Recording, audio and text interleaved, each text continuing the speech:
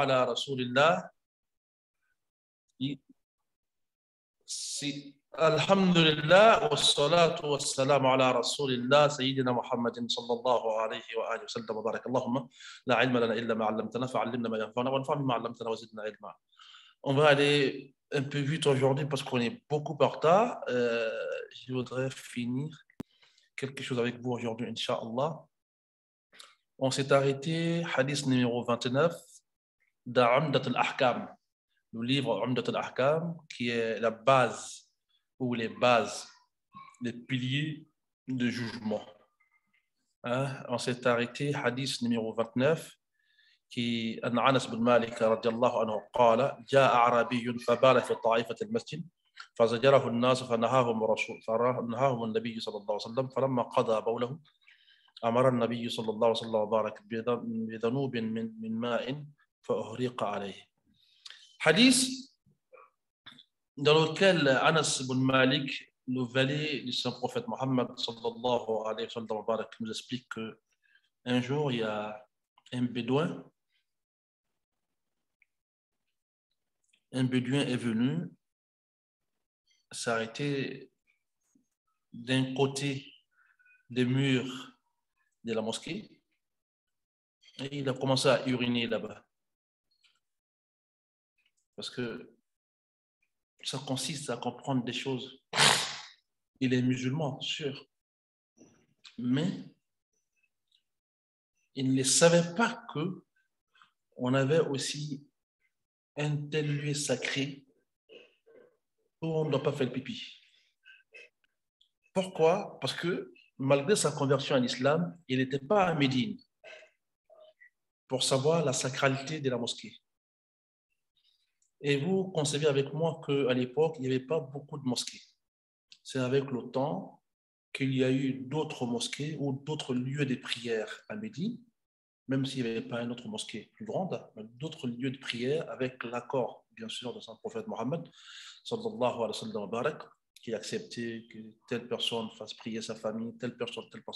Donc, c'est avec le temps, il y a eu tout ça, mais le jour où le bédouin, l'arabi, ça veut dire l'arabe qui vit en campagne, le bédouin. Le jour où il est venu uriner sur un côté de la mosquée, ces jours-là, il n'y avait pas de multitude de mosquées.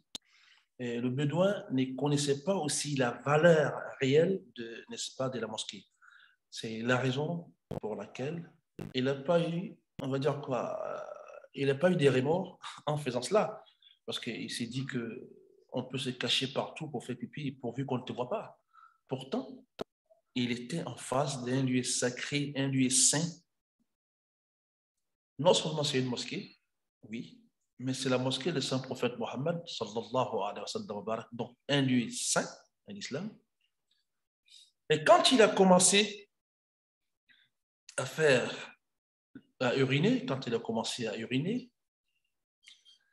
les compagnons qui étaient auprès du prophète Mohammed, sallallahu alayhi wa sallam, se sont levés en lui disant « Arrête !»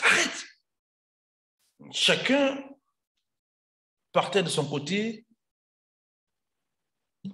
Donc, c'est ce qui veut dire « Les gens ont crié sur lui. » Mais tu ne sais pas que c'est un lieu saint? Tu ne sais pas que c'est la mosquée? Tu ne sais pas que c'est la mosquée du prophète Mohammed, sallallahu alayhi wa sallam? Tu ne sais pas que ce lieu est consacré à la prière? Chacun y va avec ce qu'il a compris de la mosquée. Et quand le prophète Sayyidina Muhammad sallallahu alayhi wa sallam a vu ça, il les a interdits. Laissez le monsieur uriner. Laissez-lui faire son pipi. Quand il va finir de faire ses pipis-là, on va parler. Ici, il y a de la pédagogie et de la compréhension humaine. Ça veut dire que toi, qui connais bien ta religion, tu connais mieux ta religion que l'autre qui ne connaît pas, que l'autre qui apprend, l'autre peut faire quelque chose devant toi. quelque chose d'abominable, des grands péchés. Si lui, il a manqué d'éducation, toi, il faut être mieux éduqué que lui pour l'apprendre. C'est ce que montre ici le prophète Mohammed sallallahu alayhi wa sallam. Faire uriner, faire pipi sur la mosquée est une interdiction formelle. Parce que c'est un lieu saint. Parce que c'est un lieu des prières. C'est de la sainteté. Malgré ça, le prophète Mohammed sallallahu alayhi wa sallam accepte que le bédouin finisse d'uriner totalement. Il finit de se vider l'urine totalement. Laissez-lui, ne lui criez pas dessus, ne l'effrayez pas. Quand il va finir, on va l'apprendre. Ya Allah. Cette pédagogie et cette compréhension humaine a manqué à beaucoup de da'it. Le da'it, c'est celui qui fait la dawa. Toi, tu es comme un médecin. Tu vas te retrouver dans des endroits où il y a trop de malades. Les maladies diffèrent. Tu te mets au-dessus de tout ça, ce qu'ils vont faire, tu essaies d'arranger avec l'intelligence. Même nos premiers grands frères qui sont les étudiés, au retour, la plupart n'ont pas été intelligents. Sinon, ils avaient nos papas à leur portée. Mais quand on te laisse aller étudier, après 10, 15, 20 ans, tu reviens, tu dis à tout ce que le papa fait, c'est haram, c'est bida, c'est haram, c'est bida, il ne va jamais adhérer. Il faut travailler avec l'intelligence. C'est pourquoi Allah dit dans le Coran, وَمَنْ يُعْتَ الْحِكْمَةِ, à qui la sagesse sera donnée, فَقَدْ أُوتِيَ خَيْرًا كَثِيرًا. La personne doit savoir qu'il a hérité d'un énorme bonheur. La sagesse veut dire, souvent tu vois les choses, tu calcules, tu vois autrement, tu essaies d'arranger pour ne pas que ça dégénère. C'est ce qu'a fait ici le prophète Mohammed sallallahu alayhi wa sallam. Il pouvait être comme les autres aussi. Hey, tu ne sais pas que c'est un lieu de prière, pourquoi tu fais pipi ici? Tu ne sais pas quelle urine, c'est pas ici. Il pouvait crier comme les autres. Mais lui, non. Il a dit aux autres, laissez-le. Il va finir. Quand il va finir, on va le parler. Laissez-le. Et les gens ont laissé cet homme. Il a fini d'uriner. Le prophète l'a appelé. Sallallahu alayhi wa sallam. Le prophète lui a dit, Sayyidina Mohammed, pour celui qui connaît ces grands hommes que l'humanité n'a pas connus un homme comme lui, il était habile, il était très, très compréhensif et en plus, il avait un esprit très ouvert. Et il disait chaque fois, je suis venu pour apprendre, je ne suis pas venu pour condamner les gens. Avant de condamner le monsieur, avant de le condamner, il faut d'abord l'apprendre. Le monsieur doit savoir ce qu'il fait. Est-ce que c'est bon? Est-ce que ce n'est pas bon? Il peut même oublier en le faisant, mais après, il faut le rappeler. Après l'urine, le prophète appelle le monsieur, le bédouin, l'arabe de la campagne. Il va lui dire ceci. Tu vois cette maison? Oui, prophète Mohammed, sallallahu alayhi wa sallam. Tu as vu, tu vois tous ceux qui sont assis là? Oui, messager d'Allah, c'est dans Mohammed, sallallahu alayhi wa sallam. Ils sont tous venus pour cette mosquée. C'est un lieu saint. C'est un lieu qui doit rester propre. Aucune souillure doit être avec ce lieu-là. Au contraire, on doit rendre ce lieu propre. S'il y a une souillure, il faut qu'on enlève cette souillure-là pour rendre propre. Ce que tu viens de faire là, ça va salir la mosquée. Mais, pour ne pas que la saleté aille loin, le prophète a ordonné qu'on prenne un seau d'eau pour déverser, le seau d'eau pour déverser sur le lieu où l'urine a été faite. Et quand il a expliqué au monsieur que la mosquée est un lieu saint, que la mosquée est un lieu d'adoration, mais ce ne sont pas des toilettes. On ne peut pas faire pipi là-bas. On ne peut pas faire caca là-bas. Au contraire, on doit rendre ce lieu saint, propre, de toute sûre. Le monsieur a compris. Le hadith dont je viens de lire, il est chez le Bukhari ou Muslim. C'est un hadith consensuel. Chez Imam Ahmed, il rajouta ceci. Quand le prophète Mohammed alayhi wa alayhi salatu wa salam wa baraka va expliquer ainsi au monsieur, au bédouin, le monsieur va dire, il va tendre les mains vers le ciel en disant Allahumma, oh mon Dieu, irhamni wa Muhammadan, fais miséricorde à moi et à Mohammed. Personne d'autre avec nous. Je ne sais pas si vous comprenez. Le monsieur, parce que les autres ont failli le taper et ils ont parlé sur lui. Arrête. Eux, ils n'ont pas voulu l'apprendre, ils ne l'ont pas enseigné. La seule personne qui l'a enseigné, c'est Sayyidina Muhammad sallallahu alayhi wa sallam. La seule personne qui s'est calmée, c'était lui, le messager d'Allah sallallahu alayhi wa sallam. Donc le monsieur, quand le prophète l'a appris, l'a enseigné, il va tendre la main, il va dire Allahumma irhamni wa Muhammadan. Allah, d'abord il va demander des excuses à Allah. Allahumma ghafirli, Allah pardonne-moi. Et ensuite, fais-moi la miséricorde, fais-moi ta miséricorde et aussi à Mohammed. Et personne d'autre avec nous deux. Ça veut dire que l'enseignement prophétique lui est plus. Parce que ça s'est fait avec la douceur, avec la compréhension, avec l'humain, avec l'humanité. C'est ça qui est recommandé très souvent aux daïds. Si vous voulez que les gens adhèrent à votre compréhension de la religion, vas-y mollo, vas-y doucement avec les gens. Essayez d'expliquer les choses comme elles sont. Quand on ne comprend pas ou quand on ne pratique pas comme vous voulez, allez-y mollo. N'essayez pas de faire une pratique rigoureuse sur les gens qui va faire des musulmans rebelles, parce que ça peut les faire fuir, ou bien ça peut leur dire, mais l'imam, il parle trop. Non.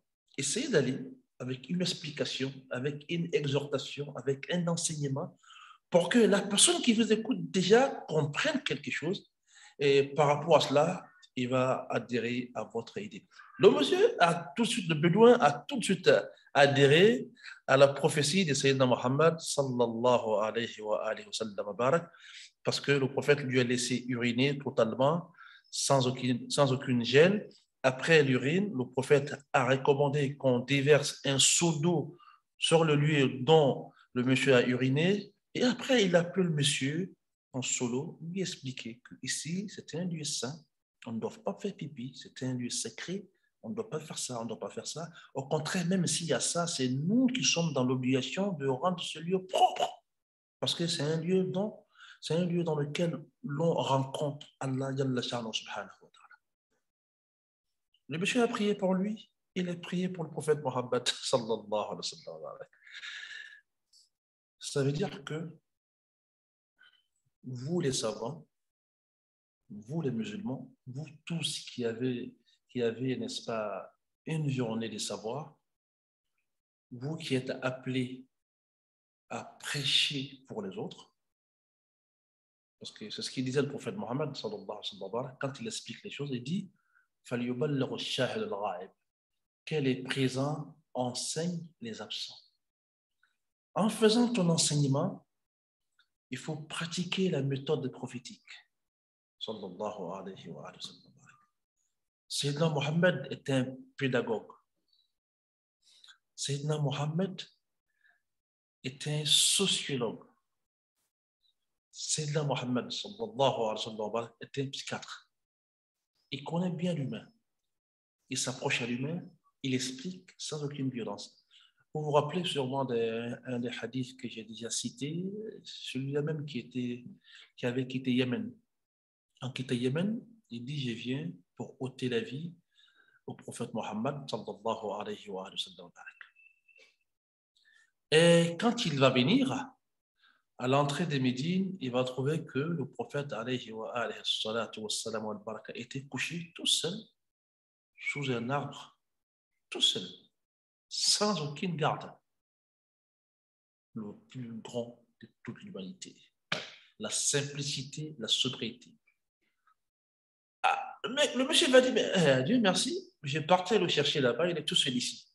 Et je craignais comment est-ce que je pourrais l'avoir au milieu de ces gars là-bas. Comme il est tout seul ici, je vais en faire. Il s'arrête avec le sabre. Oh Mohamed, oh, réveille-toi, lève-toi. Oui, qui peut te sauver de moi aujourd'hui? Je le sabre, je vais te couper la tête. Qui peut te sauver? Le prophète va dire, sallallahu alayhi wa sallam, Allah peut me sauver. C'est la croyance. Vous savez, les degrés des croyances ne sont pas pareils. Lui, il est né croyant. Et nul ne peut l'égaler. Quand il va te poser la question une deuxième fois, oh Mohamed, qui peut te sauver de moi? Le monsieur va le dire. Le prophète, le messager d'Allah va répondre au monsieur, Allah peut me sauver. Ah bon?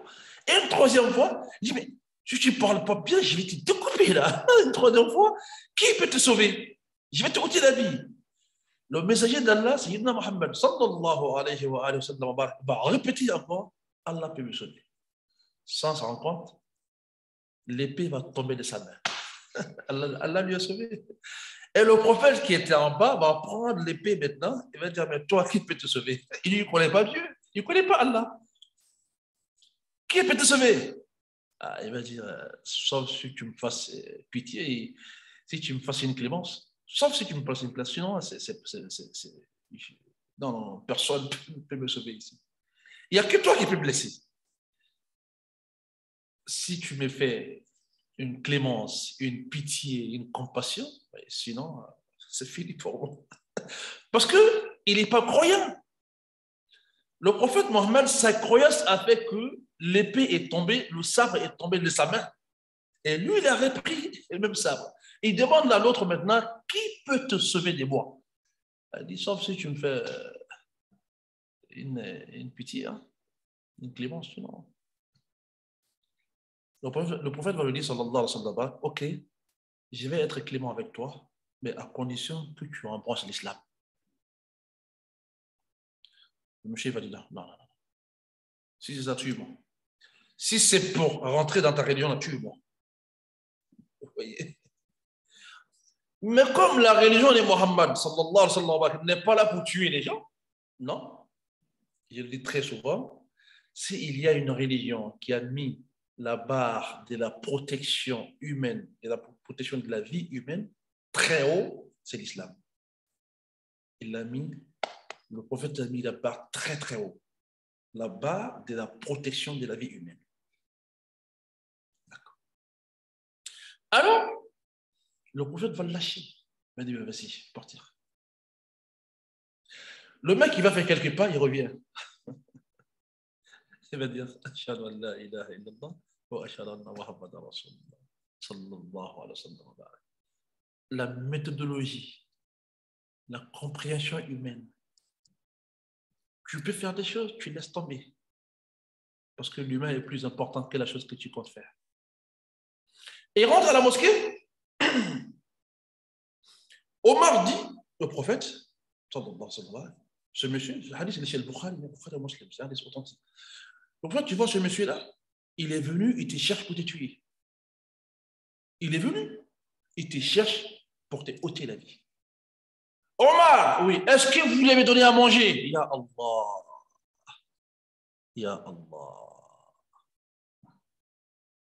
Mais prophète, j'ai dit qu'il est venu pour te tuer, pour te ôter la vie. Omar, est-ce que vous lui avez donné à manger? Ya Allah. Omar, arsalnaka illa rahmatan lil alamin. Wallah, c'est une réalité.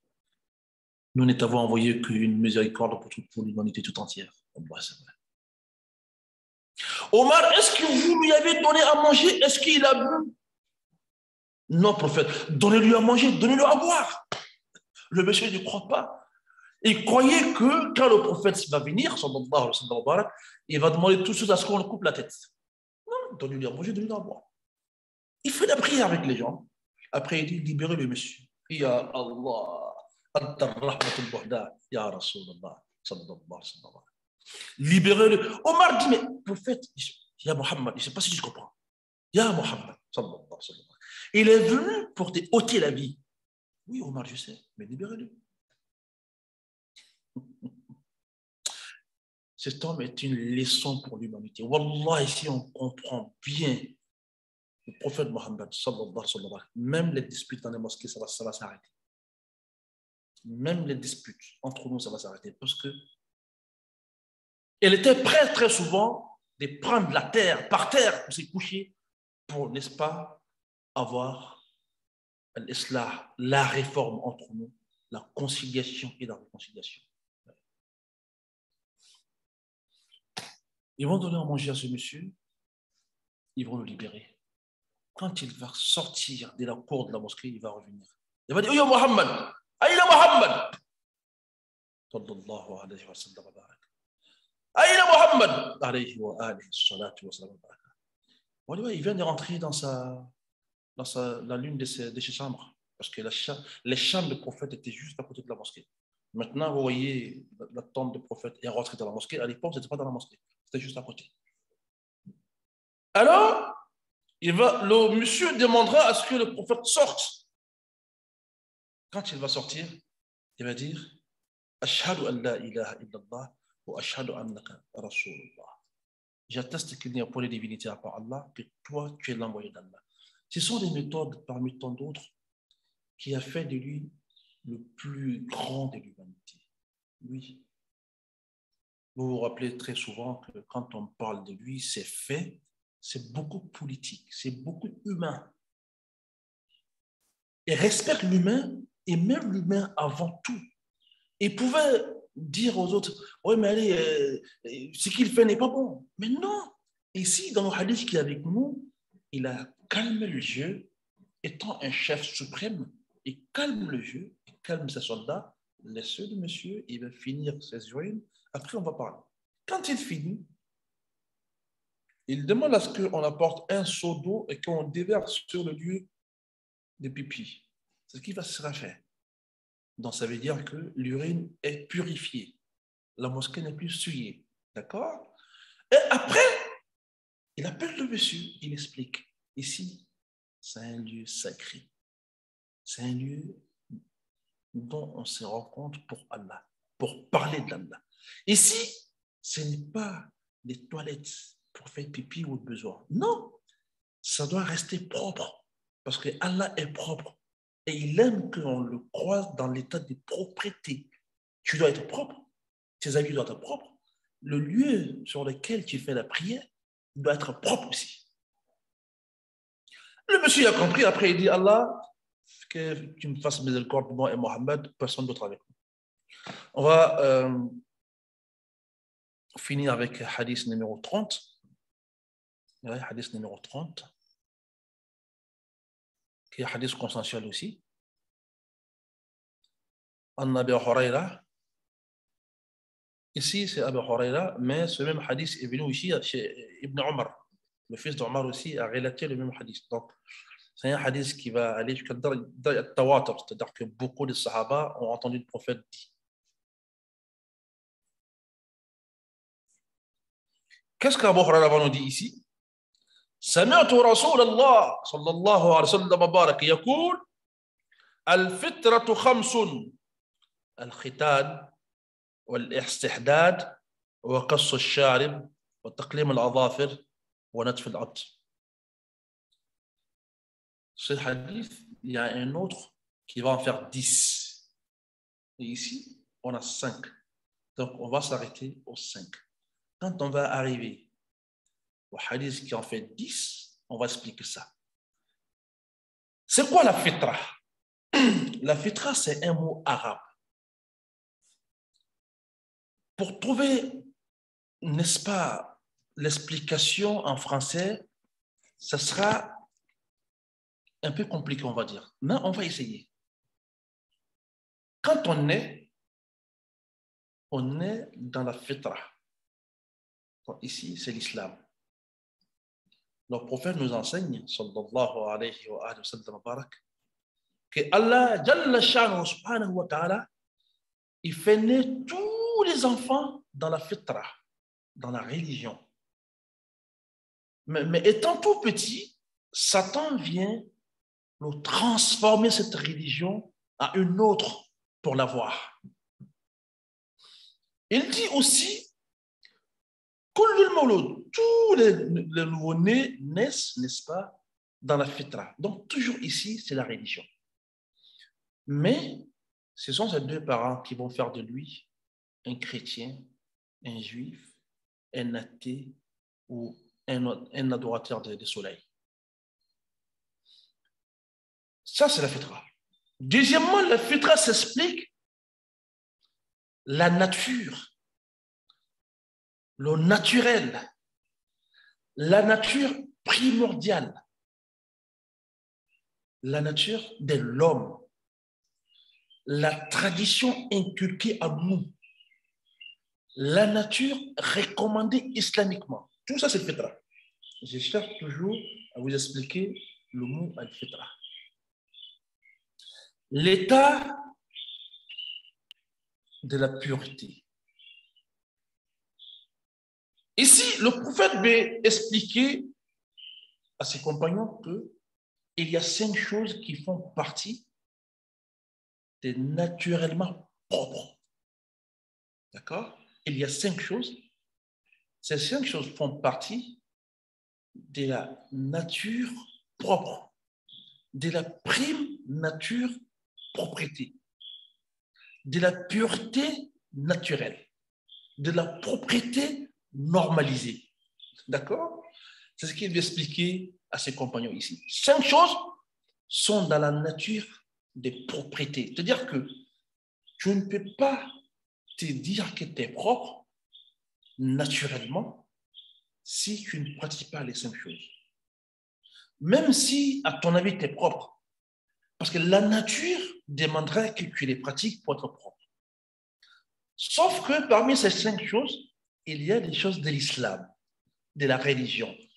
C'est pourquoi j'ai expliqué, j'ai dit, la nature propre en islam. Parce que quelqu'un peut être naturel sans pratiquer les 5, parce qu'il n'est pas musulman. Et selon lui, il sera propre parce qu'il est naturellement propre. Mais nous, on dit, en expliquant ces hadiths, le prophète veut dire, sallallahu alayhi wa sallam, la nature naturelle primordiale, la prime nature de quelqu'un qui veut être religieusement propre, il faut 5 choses. On a eu la prime nature d'une personne qui veut être religieusement propre, il faut 5 choses. Qui sont al-khitan, la circoncision. Je dis bien la circoncision, je n'ai pas dit l'excision, parce qu'il y a un débat énorme dans les écoles pour ça. On va revenir, Inch'Allah. Le hadith est clair ici, il parle de khitan, c'est-à-dire l'excision, c'est-à-dire la circoncision, qui est pratiquée sur les hommes. On va y aller pour qu'on arrive à expliquer un peu après, Inch'Allah. La deuxième prime nature, naturellement recommandée islamiquement, al-istihdad, c'est raser les poils du bas-ventre. Dans un autre hadith, Anas nous dit que le prophète nous demandait de se raser tous ses poils tous les 40 jours. Tous les 40 jours. Troisième, diminuer, n'est-ce pas, la moustache. Quatrièmement, couper les ongles. Cinquièmement, épiler les aisselles. Épiler.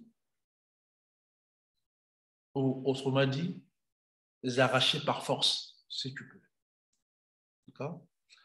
Pour des gens dont l'épilation serait un peu difficile, il peut le raser, mais ce qu'il faisait très souvent lui-même, Mohamed, c'était pour tirer, il épilait, c'est-à-dire il tirait avec force. Et quand on fait ça, on a remarqué quand on faisait ça, c'est-à-dire quand on enlevait les poids de l'aisselle avec force, ça dure très longtemps avant que ça ne pousse. Mais si vous le rasez avec lame, dans 2-3 jours, quelques jours, vous allez voir encore. Pourtant, quand vous l'épilez avec force, là, il met plus de sang avant de venir. D'accord. Mes cours d'aujourd'hui, on va se focaliser sur le premier, qui est la circoncision chez les hommes.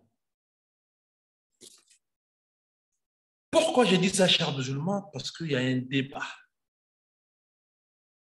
Il y a un grand débat. Permettez-moi que j'ouvre quelque chose.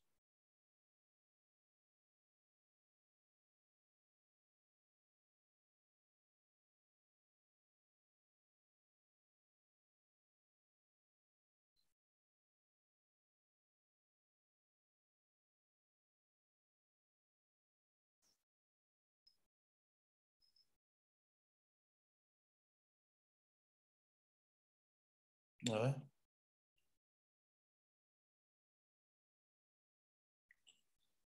Ouais. Je vois pas ce que. Pourtant, j'avais mis là.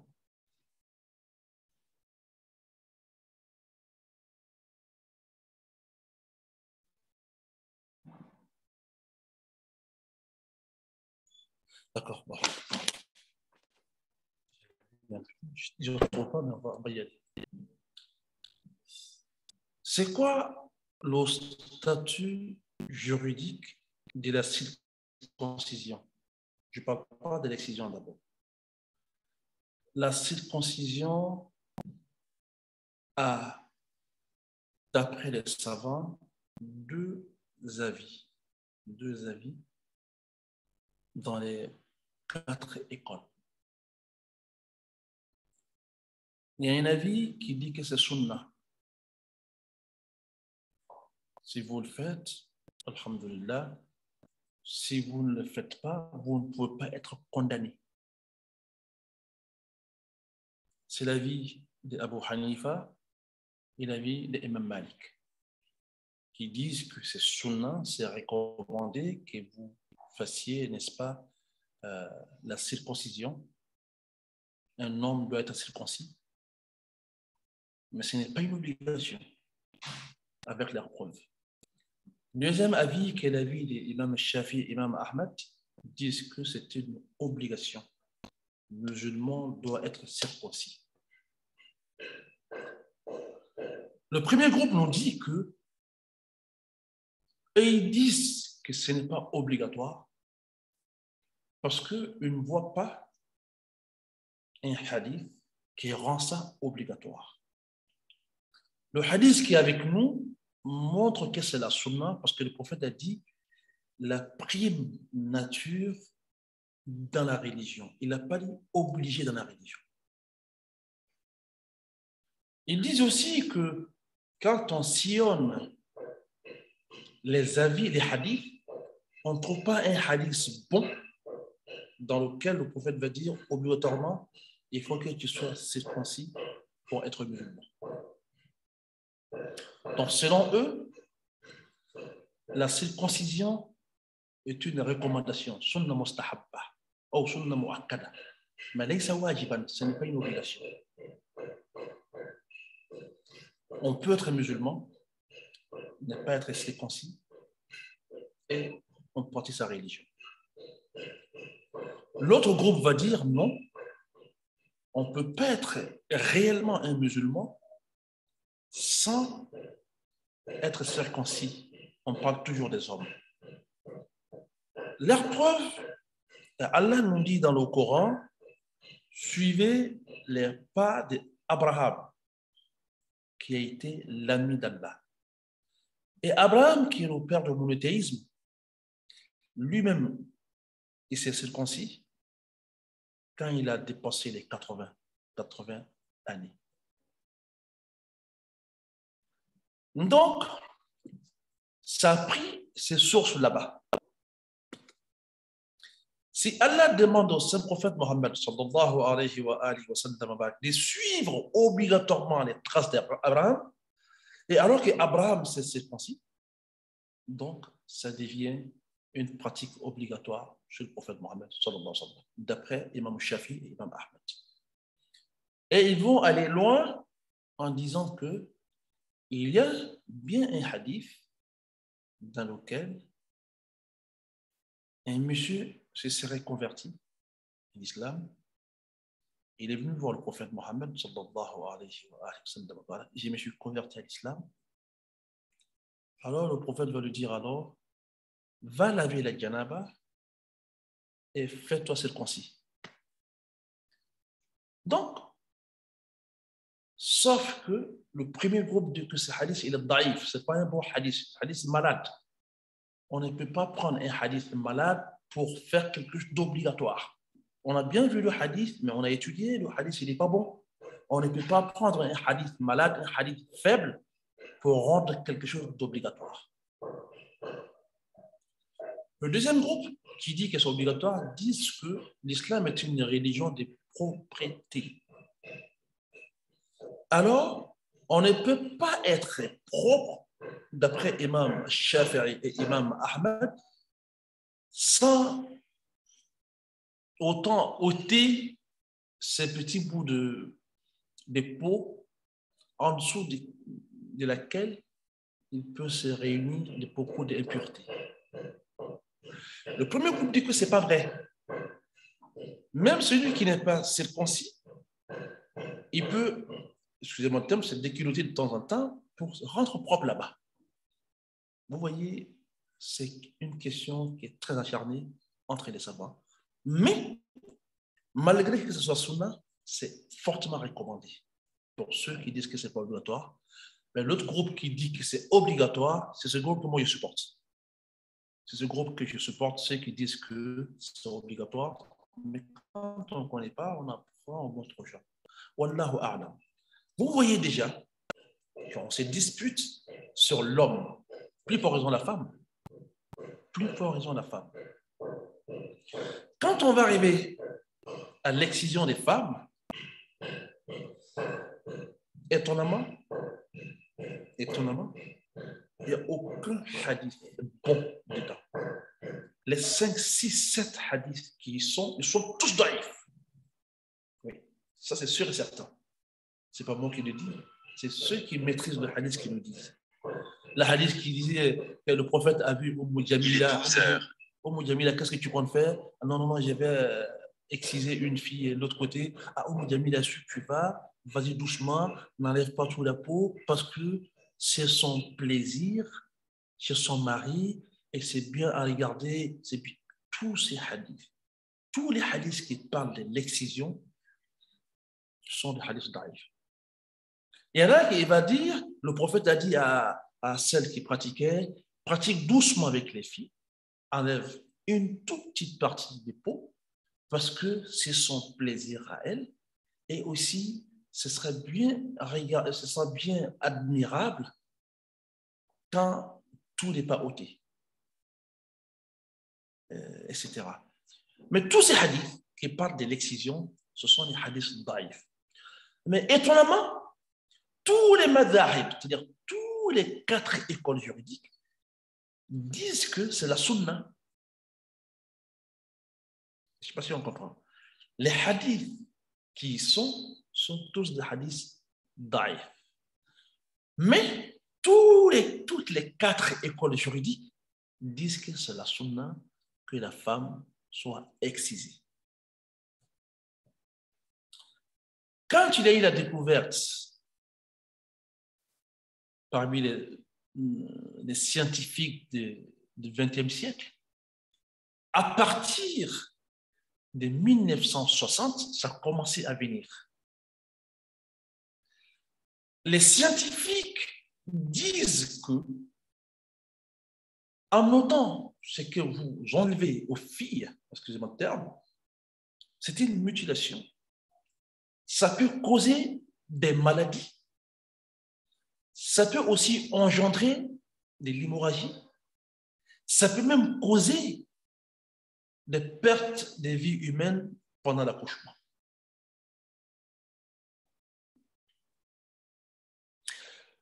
Les 4 écoles disent, mais La charia, écoutez-moi, hein, la charia ne peut pas autoriser quelque chose dont il y aura mal dedans. Si la charia a autorisé quelque chose, dis-toi qu'il n'y a pas de mal dedans.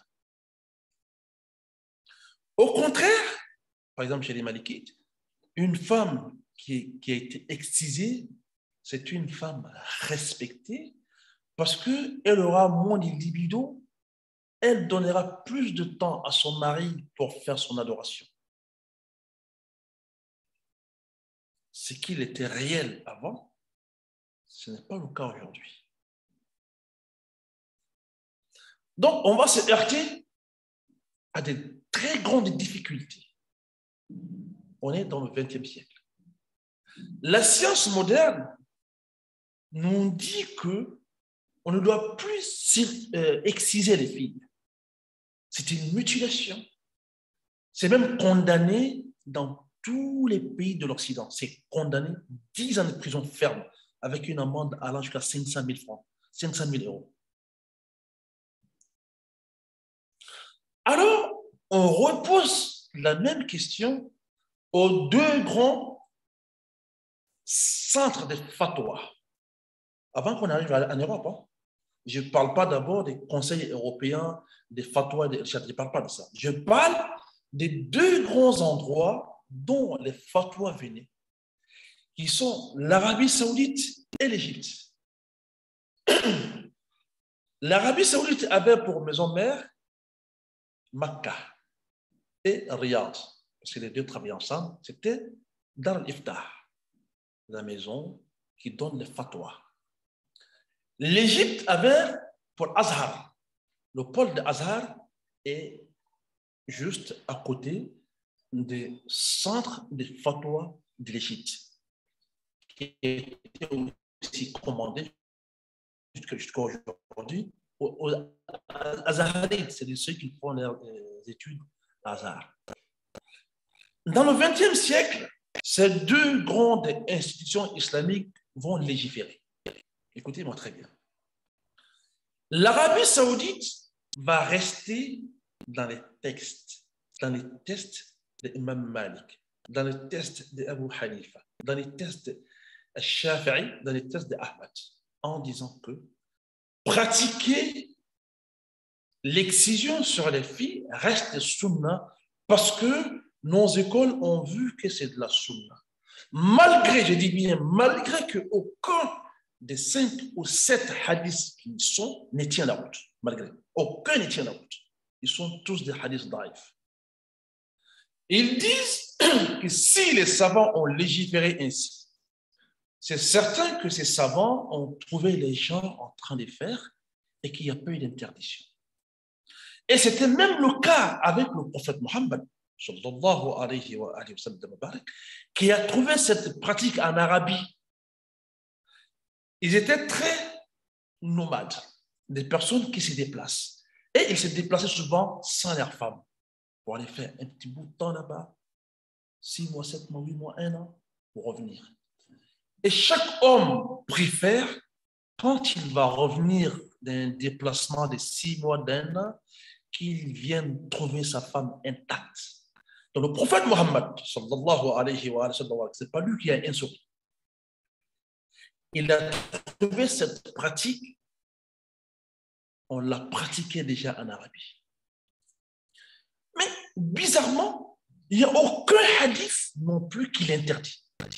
Si je dis, l'honnêteté intellectuelle m'oblige de le dire, si je dis que les hadiths, les quelques hadiths qui parlent de l'excision des filles sont tous daïfs, faibles, en même temps, je suis dans l'obligation de vous dire qu'il n'y a eu aucun hadith interdisant l'excision des filles. C'est là ça, les Saoudiens se sont arrêtés. La maison des fatwas de l'Arabie Saoudite a pris ces sources-là et ils se sont arrêtés. Et ils se disent que toutes les 4 écoles juridiques ne peuvent pas être sur le faux. Donc, l'excision des filles est une sunna, mais pas une obligation. Pour celui qui fait, il a fait de la sunna. Celui qui ne l'a pas fait, il n'a pas fait de mauvaises choses. Sauf que quand ديار الإفتاح المصرية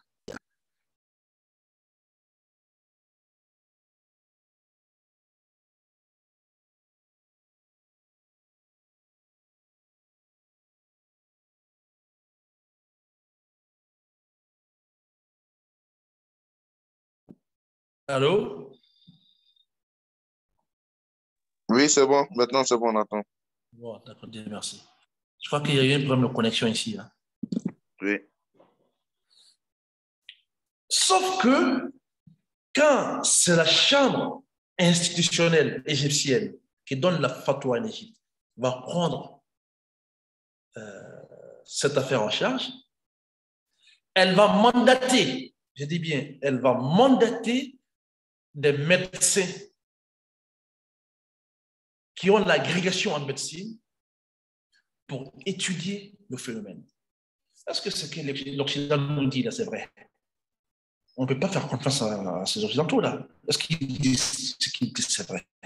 Vous étudiez et dites-nous la réalité des choses. Stupéfait.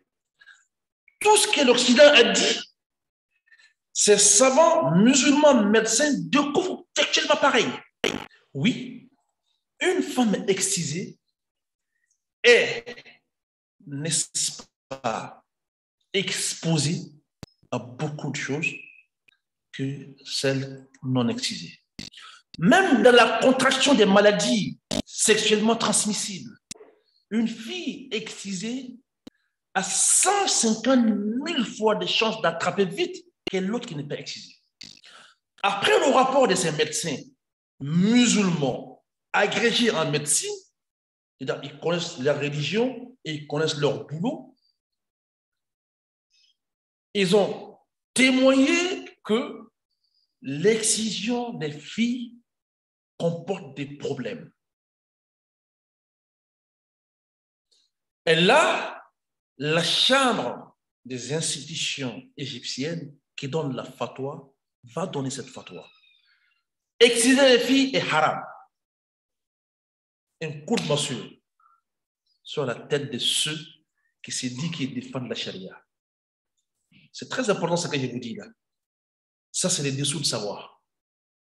Il y a eu une guerre des sciences islamiques alors qui s'est engagée entre l'Égypte et l'Arabie saoudite, en signifiant que la plupart des pays arabes se sont alliés derrière l'Égypte, en disant que si le prophète n'a pas dit faites ou ne faites pas, dans un hadith sahih, ça veut dire que l'islam laissait le droit à l'avenir pour chercher à savoir est-ce que c'est bon pour l'humain ou pas. Tout ce qui est mal pour l'humain, l'islam est contre.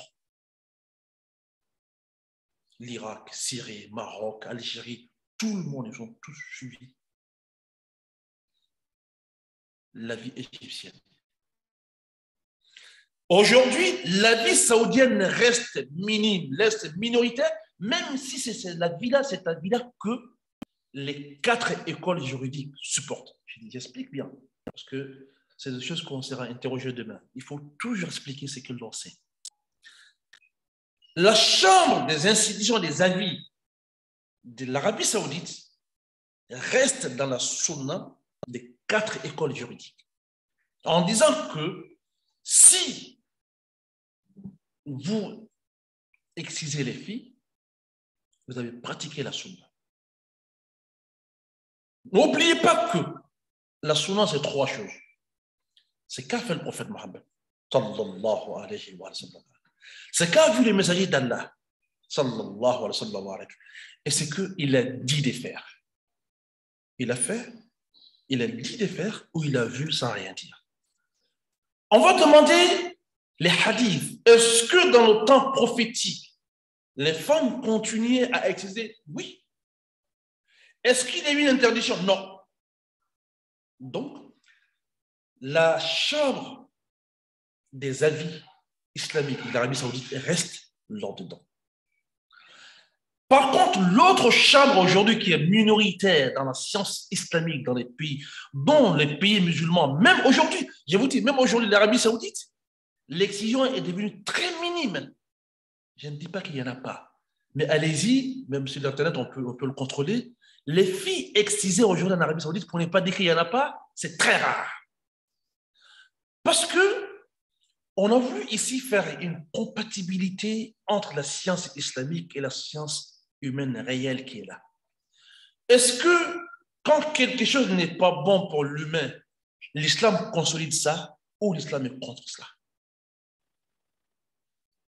Nous, notre compréhension de l'islam peut être fausse si on pense que ce qu'il dit l'islam est réel contre l'humain.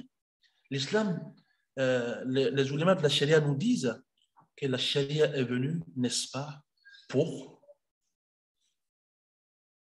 le bien-être des humains, qu'on le sache ou pas. Alors, c'est ce débat qu'on est dedans. Même à Abidjan ici, ce débat fait des ravages. Vous savez que le grand frère, Imam Djigiba, il a ouvert un centre, la fondation Djigi, qui lutte contre l'excision. D'après les causeries, il s'est heurté à beaucoup de difficultés parce que ceux encore qui restent avec l'idée saoudienne disent que c'est la sunna. On ne peut pas combattre la sunna.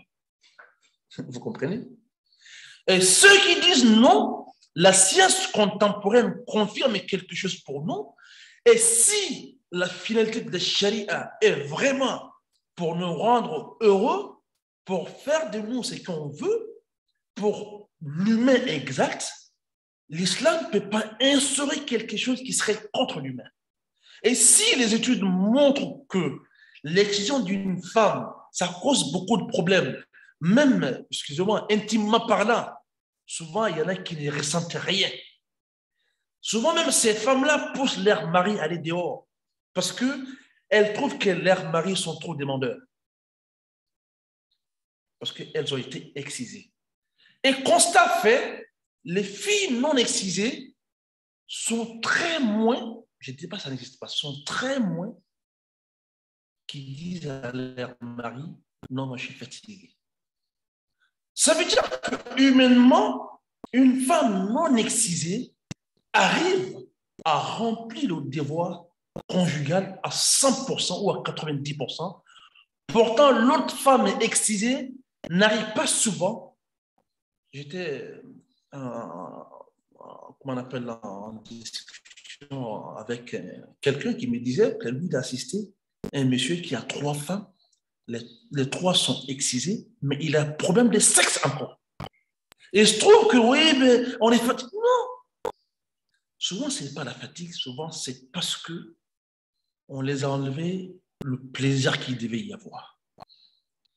Donc, sur ce point, à l'accoutumée, j'explique toujours, après, je prends une partie. Je suis avec la maison des avis égyptienne qui a pratiqué la science moderne à la vie humaine. Mais où je ne suis pas d'accord, dire que c'est interdit, je ne suis pas d'accord. On peut dire, il vaut mieux délaisser. Il vaut mieux délaisser parce qu'il y a des inconvénients. Mais quand tu dis à quelque chose qui est instauré depuis 1000 années, depuis plus de 1000 ans dans la charia, quand tu dis que c'est une interdiction, alors toi, alors il te faut des preuves palpables dans la charia. Et ils disent que la preuve, c'est que la science contemporaine a découvert ça. Donc moi, voici ma position. J'ai dit à ceux qui m'interrogent dans la cachette, il vaut mieux que tu ne pratiques pas l'excision sur ta fille. Je ne dis jamais que c'est haram. Parce que souvent, chez moi, le mot haram consiste à avoir des écrits clairs de l'islam. هذا والله أعلم. وصلى الله وسلم وبارك على سيدنا محمد وعلى آله وسلم تسليما كثيرا والحمد لله رب العالمين. On a un peu débordé, mais je pense que c'était utile. Très, très utile. Ouais. Shukran, Imam, pour ces enseignements. D'accord. Si c'est pas trop demandé, moi, j'ai deux questions. Oula. Moi, je pensais que j'ai débordé. Pourtant, il y a des questions. On me dit qu'on fait la prière à 13h là-bas. Ah, il est 13h là-bas. Là. Bah, moi, je Bon, peux prendre parce que moi, il fait 12h17 chez moi ici. Donc, moi, je peux prendre. d'accord. Alhamdulillah, si ça ne dérange pas les autres aussi, hein, Ah, c'est à vous de voir, vous les Français. Moi, je suis ivoirien. Donc, c'est à vous de voir. Ok, Inch'Allah. Moi, je suis bien ici, Joe. Bismillah. Donc, pour la première question, déjà, est-ce que, puisqu'on sait que le prophète sallam a eu des filles, est-ce que, en fait, parmi ces filles, il y a au moins une qui a été... Ah, je ne sais euh, pas. Je n'ai même pas pensé à ce que tu m'as dit, mais je ne sais pas. C'est une très belle question que je pourrais peut-être me jeter dans la recherche, mais je ne sais pas. Si je te dis quelque chose là, je serais menteur. Je ne sais pas du tout si l'une de ces quatre filles a mhm, subi l'excision. Je ne sais pas. d'accord. Mais ce n'est qu'une partie remise, on pourra aller chercher encore pour savoir ça. Ok, Inch'Allah. Parce que La deuxième? j'estime que ça aurait pu, ça pourrait nous guider, puisqu'il n'a pas interdit. Bah, est-ce que dans la pratique, il a fait ou pas, ça pourrait... Oui, mais si c'est ça aussi, quand on sait que toutes ces filles sont nées avant la prophétie, il y a ça Mhm. aussi qui va prendre une forme. Ah ouais, effectivement. Je suppose que toutes ces filles sont excisées. Je suppose. Allahu A'lam, je ne sais pas. Hein. J'ai fait une Mhm, supposition. mhm. Mais toutes ces filles sont nées avant la prophétie. Alors, Ouais, c'est il y a clair. toujours un problème. Ok. Bon, Allahu A'lam. Mais je vais, Inch'Allah, je vais m'étaler. Je suis beaucoup occupé avec les recherches. Mais Mhm. Inch'Allah, je vais essayer de trouver un petit temps. D'accord. Je vais essayer de Ou demander soit aussi. même, peut-être même, pourquoi pas, la fille des Sahaba, les filles des Sahaba, si on connaît des Sahaba qui ont eu des filles, vu que souvent, Mais les si filles... on dit, il y a le hadith qui est clair qu'on pratiquait en présence du prophète, il n'a jamais interdit. Mhm, Ça, il y a des hadiths authentiques. Hein. Et le ouais. hadith qui ne sont pas authentiques, c'est quand on dit, il a dit à celle qui pratiquait, non, coupe doucement, fais ça, fais ça. C'est des hadiths Mhm, qui sont pas réels. Mais le hadith qui dit qu'on pratiquait, n'est-ce pas, l'excision pendant que le prophète vivait, sallallahu alayhi wa sallam, ces hadiths sont authentiques. Il y a des hadiths authentiques dessus. Oui. d'accord. C'est pourquoi les quatre écoles en font une sunna. Parce que tu n'oublies pas que la sunna, c'est ce qu'il a dit, c'est ce qu'il a Mhm, fait, c'est ce qu'il a vu qu'on est en train de faire, qu'il a rien dit. mhm, ouais. Voilà. Donc, les quatre écoles se basent sur ça pour dire qu'il l'a vu faire sans rien dire. Ça fait partie de la sunna. Mhm, Et c'est cette logique qui est restée avec la chambre institutionnelle des avis de l'Arabie Saoudite, Dar al-Ifta, qui dit non, on reste dans une telle sunna. Mais bizarrement, j'ai vu euh, l'ancien président de cette même chambre, qui s'appelle Cheikh Ousseimine, qui est décédé aujourd'hui, Allah yarhamou, et mhm, même Ibn Baz, qui était aussi l'ancien président de cette même institution, c'était mhm. l'autre évidemment, disait oui, c'est une sunna, mais ce n'est pas une obligation. Bon, pour celui qui fait, il a la récompense. Pour celui qui ne fait pas pour sa raison, il n'est pas blâmé. Malgré qu'ils disent que c'est la sunna. Ok. Mais, comme je viens de dire, ce qui est un peu dur dedans, c'est que la chambre des avis égyptienne, elle a interdit catégoriquement. Elle dit c'est haram. Quand j'ai vu ça, vous l'avez dit, haram. Et ça fait tellement de bruit entre les savants, ils se sont cassés les dents entre eux. Mais pourquoi tu peux dire quelque chose qui est haram, pourtant ça a été sunna depuis plus de 1000 années. Je ne sais pas si on se comprend. Mhm, Tu peux peut-être dire aujourd'hui, vu les découvertes, ça devient peu recommandé. Mais haram, le mot haram, c'est puissant. Hein. ouais. Mais la chambre égyptienne est claire dessus. Même si vous partez tout de suite sur l'Internet, vous voyez, l'avis de la chambre égyptienne, c'est que l'excision des filles reste haram parce qu'il y a plus d'inconvénients que d'avantages. Et moi, j'ai Ok. dit, c'est peu conseillé. Si on peut l'arrêter, avec tout ce qu'ils ont dit, si on peut l'arrêter, pour le bien-être de la jeune fille, si on peut l'arrêter. Moi, je connais, on dit très souvent, j'ai discuté avec un ami qui est très calé aussi, qui a fait ses études en Arabie Saoudite. Bon, non, on ne peut pas l'arrêter parce que quand je vois nos filles aujourd'hui, celles qui sont excisées, elles arrivent à se maîtriser plus que les autres. Je dis non, c'est pas vrai ce que tu dis. C'est pas vrai. Demande, demande. Moi, j'ai connu des familles, les filles entièrement, aucune n'est excisée. Il y a des filles qui restent vierges jusqu'à l'âge de 25-30 ans pour se marier. Et je connais d'autres familles, les filles sont entièrement excisées, toutes les filles, elles ont tous des enfants avant de se marier. C'est pas ça, c'est l'éducation d'abord. Si tu penses que celle qui est excisée, elle pourra mieux supporter la non-sexualité jusqu'au mariage, qui te trompe. C'est une éducation qu'on donne aux enfants. Celle qui soit excisée ou non excisée, chacun d'entre nous doit faire des fortunes sur ces filles pour les faire comprendre, pour leur montrer leur bien-être et surtout pour préserver leur mariage. Parce que imagine qu'on a excisé toutes nos filles et que même sexuellement parlant, elles n'arrivent plus à supporter, comme on le voit très souvent aujourd'hui. Très souvent. L'analyse est faite. Ça peut causer des problèmes. Wallahu a'lam. En tout cas, moi, je l'ai dit, quand on m'a demandé, j'ai dit, il vaut mieux de ne pas faire. Mais je ne dis pas que c'est haram. Parce que quand je dis haram, c'est trop puissant pour moi. Je laisse le choix au monsieur en sachant qu'il y a tellement d'inconvénients, c'est mieux de ne pas pratiquer l'excision sur les filles. Et surtout, quand tu te retrouves en Europe, si tu fais, tu vas en prison, là, tout le monde le sait. Là même, je crois qu'on est interdit de faire là-bas. Parce que les lois européennes, partout dans tous les pays européens, les lois européennes interdisent clairement l'excision sur les filles. Parce qu'eux, ils trouvent que c'est une mutilation, ils trouvent que c'est une abomination, ils trouvent que c'est diminuer la femme, elle n'a plus ses plaisirs, elle est plus une femme, elle peut avoir beaucoup de maladies par rapport à cette cicatrisation, elle peut succomber à l'accouchement, beaucoup de choses. Donc, Allahu A'lam, moi, c'est ce que j'ai dit très souvent, mieux vous laisser que faire. Wallahu A'lam. Ok, shukran, imam. Bon, pour la deuxième question, bon, je pense que ça sera rapide.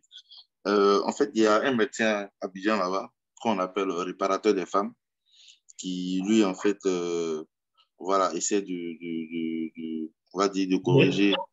Ouais, de réparer ce qui était gâté. Donc, est-ce qu'il est recommandé, en fait, pour un musulman, en fait, d'orienter, en fait... Ça, je ne sais pas. La question m'a déjà posée, je ne sais pas.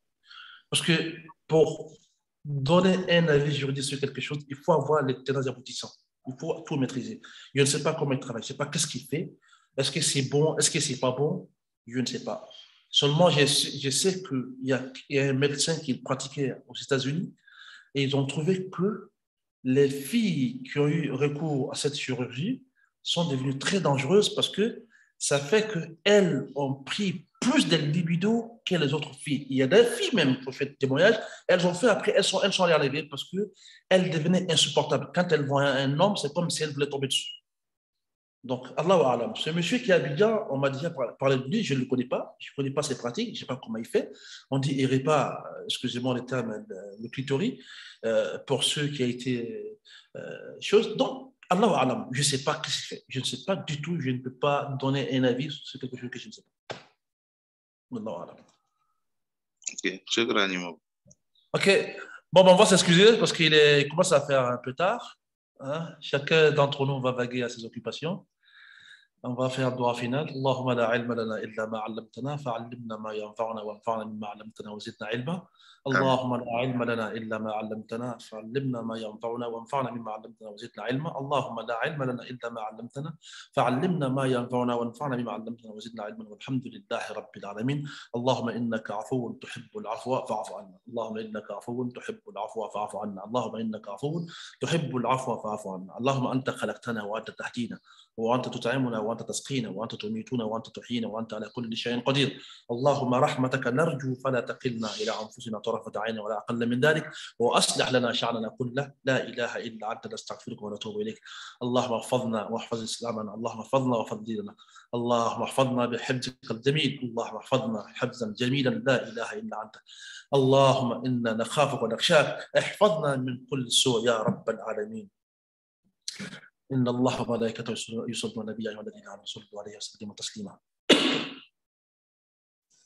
اللهم احفظنا بحفظك وأخلانا برعايتك اللهم احفظنا بحفظك واخلعنا برعايتك اللهم احفظنا بحفظك واخلعنا برعايتك اللهم من اراد بنا وبديننا وباهلنا سوءا فاشغله في نفسه ورد كيده في نحره واجعل تدميره دمارا عليه يا رب العالمين إن الله وملائكته يصلون على النبي يا أيها الذين آمنوا صلوا عليه وسلموا تسليما اللهم صل وسلم وبارك على سيدنا محمد وعلى آل سيدنا محمد كما صليت وسلمت وباركت على سيدنا إبراهيم وعلى آل سيدنا إبراهيم في العالمين إنك حميد مجيد وآخر دعوانا أن الحمد لله رب العالمين.